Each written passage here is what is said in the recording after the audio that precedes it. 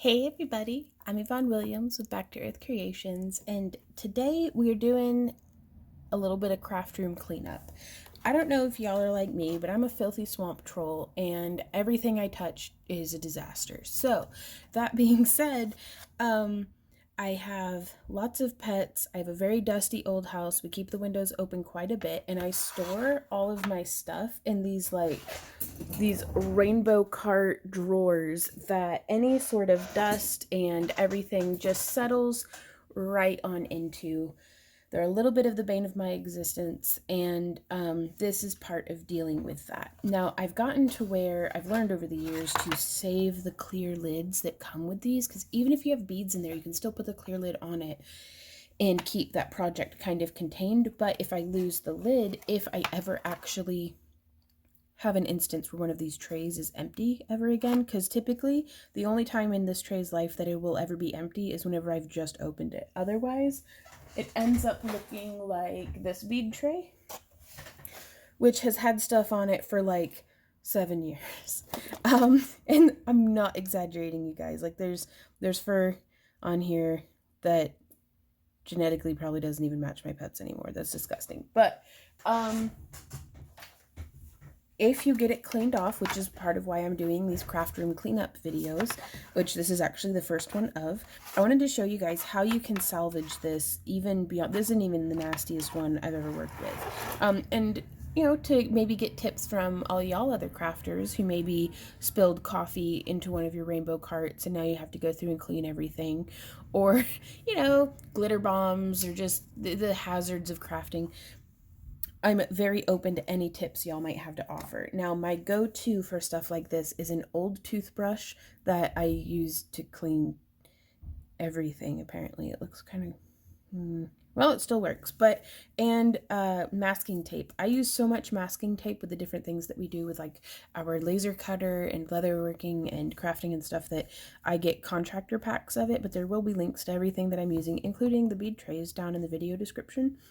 But I like to start going through and getting the chunks up. Now, this is a very dry toothbrush.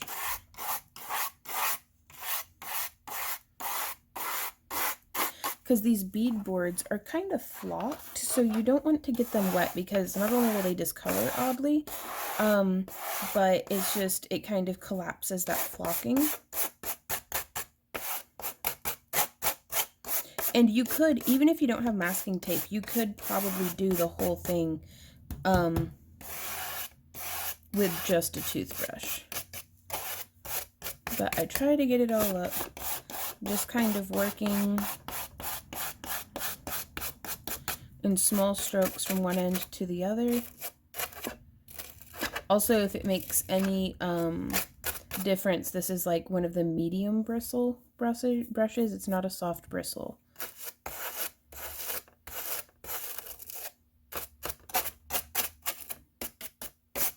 Yeah, already I feel like it's looking a lot better. There's a little bit of a rust spot here. I don't know what, like, I set, I guess, a cheap component on here, and the humidity in the air made so it's got a permanent little rust spot now. That's fine. Ooh, this is almost like, I'm gonna be quiet for a little bit because all y'all who are into that ASMR stuff may like this. Ew, look at all the hair up in the brush. I can feel you guys thumbs downing this video, and quite frankly, I don't blame you. Oh yeah, it's supposed to be quiet. Yeah, that's not gonna work. For huge spots like that, I do prefer to use this alternate method, which is tape time.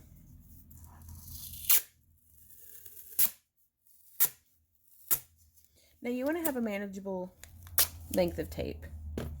Packaging tape could work, but this stuff I get so inexpensively that I prefer to use it for this. I also, this is how I clean my jewelry display boards that are like that flocked velveteen material. But yeah, you just get it in there, kind of burnish it in a little bit, and then wax it. Oh yeah. Yeah, it's like waxing. It's a salon day for your bead boards. You're giving it, I'm just not even gonna say that. Look at me using judgment. But yeah, I'm just going to come in, burnish it into all those little spaces, and then pull it up. So this probably seems obvious to all y'all folks who are like tidy and competent. I'm not one of those folks, I'm just going to say. But, and now I'm just going to take this, and I don't mind getting wrinkles and stuff in the tape. It's more about making sure that I'm actually contacting the whole surface and just pulling out all that crud. And it brightens the whole thing up. It seems to do a pretty good job. So the only ones of these bead trays I've ever actually thrown away in my entire like 15-year career of crafting, were ones that I had spilled coffee on, which is a surprising amount of them. That's usually when they, signifying the end of its time here in the mortal realm. And it doesn't say that it's recyclable, like it doesn't have that little indicator on it. I don't know, it might be worth checking with your local recycling center. Our local recycling center is very, very picky about what kind of like plastics and things they'll accept. So check your local area though. Oh my gosh, this is bothering my allergies. Excuse me. Oh goodness. Excuse me. Not the Rona, just allergic. But already, you guys, oh my gosh, that's looking so much better.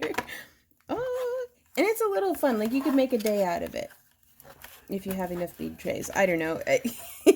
Post-quarantine, everything sounds like it would be a fun social thing. Like, just get your favorite girls over. Or your favorite fellas. I'm not judging. Get your friends over. So I don't know. Randy's always like, you missed a spot. And I'm like, rawr. But yeah, you could totally make a day out of it. Just kind of brew up a cup of something good to drink, but don't spill it on your bead trays. And just put on a show and just tidy up away. Now that did not take nearly as long as putting all the crap that was on the bead tray away. And so now from there, we have a bead tray, and now I will store them face down or inside of like maybe a gallon Ziploc bag or something, just to keep it clean. And actually, even if you had the beads on there, you could still put it inside the gallon bag if you wanted. It's going to jostle things a little bit, but just ideas. So that's how to do that, y'all. So if you have any questions, comments, or ideas or suggestions, I do love hearing from you guys down in the comments. If you were watching this live with us in the premiere, hey guys, thanks for hanging out. If you want to have been watching this in the premiere but missed it, be sure to sign up for our free newsletter on our website, backtoearthcreations.com. We send notifications directly to your inbox every time we have a shop update, a new tutorial, a live stream, anything like that, so that way you don't miss a thing. And also there's some super exclusive coupons in there as well to our shop, backtoearthcreations.com, where you can get unique cabochons, some different wire and different stuff, just everything that we sell is over on our website. So be sure to check it out if you're interested, and we will see y'all next time. So until then, y'all, happy crafting. Mwah! Bye. I gotta go like clean off like 3 more trays. And not the easy fun part either, the putting the stuff away part. Happy crafting, bye!